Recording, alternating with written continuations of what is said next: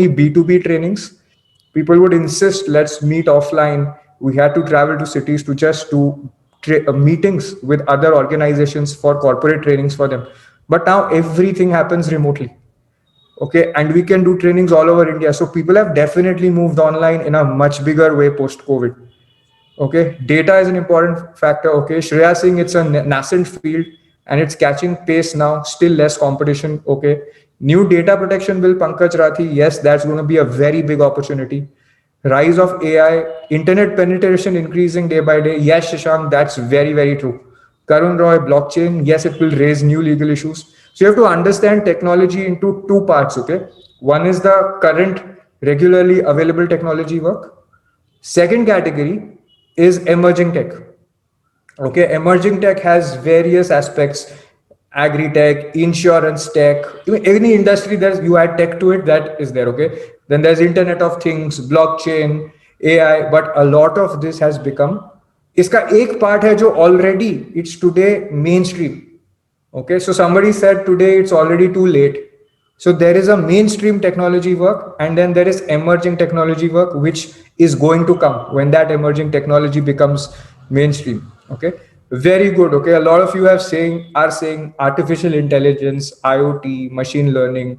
Great. So technology law is today where corporate law was in the 90s for Indian law firms. Indian law firms which started on corporate law in 1990s, they became huge. Right, they are like 500 members strong, all the tier 1 law firms. The moment liberalization hit, they started with corporate law practices. They were doing M&A, foreign exchange management, all of that. And with the growth of Indian economy, increase in foreign investments, the law firms also grew. Okay, tech law is at that point today, which means if you start today, you have the opportunity to make a very, very big name for yourself as a technology lawyer. Reasons you have already said: mobile phone penetration, internet penetration, higher internet speeds, there's 5G coming around, increase in paying capacity, cost of mobile phones having reduced. Every mobile phone now, it's a phone with 3G, 4G, and now 5G connections are going to be very, very affordable. 4G phones are very affordable. Innovative financial products are being launched by banks and fintech companies. So it's easy to get like small amount of loan from various companies. You buy a phone from Amazon, you may be able to get a EMI very easily, right? Artificial intelligence and emerging tech also is coming up. So already many things are happening, plus new things are going to happen. So that makes this area right for any new age lawyer.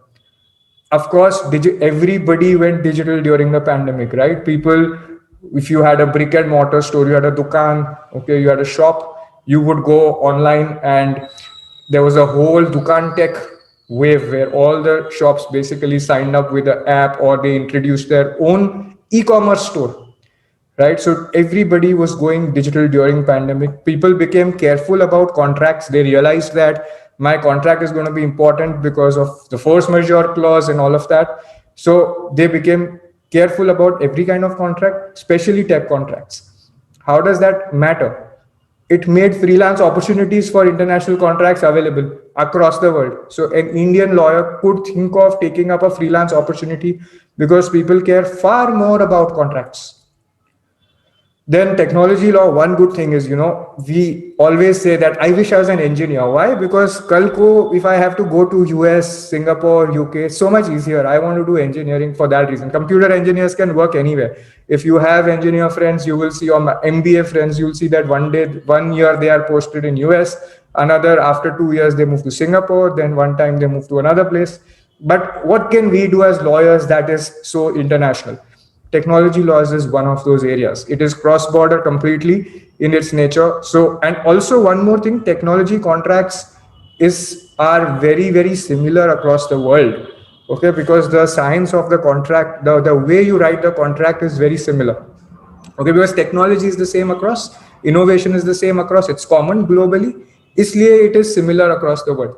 Data protection also is having an international feel to it. Like if you're looking at data protection law, everybody starts with the GDPR, which is a European Union regulation, but you start from there. So it is getting internationally standardized. It's not valid internationally, but people use it for a best practice. E-commerce again follows the same global pattern. So you can work for a larger global market. Also, you can move remotely. You can move to other places if you are an expert in technology law. Okay, technology is more relatable for our generation. It is hard to relate to corporate law, but it's easy to relate to criminal law, technology law, family law, right? And these are few areas which are easier to relate to. So neither computer science nor science is necessary, okay? I took commerce in 11th, 12th, and I got a BLLB degree, okay? I'm taking this session for technology. And Aniket, did you do science? Aniket is our course anchor. Did you do science? No, sir. So even I am a commerce graduate. And you also a commerce graduate. I am able to understand and more importantly work in this area with not so much difficulty as is portrayed generally by people who have done science. Right. So Aniket actually teaches data protection. He invites experts also, and he himself teaches data protection, technology contracts, different kinds of technology contracts in our technology laws course. Okay. And his classes have been like said to be fabulous. Okay. By the students. So it is not necessary for you to know tech or to know like coding or to be from a science background or to have been an engineer. If you are an engineer or you're from a science background, that's great, but it's not mandatory. Okay, so there's no disadvantage.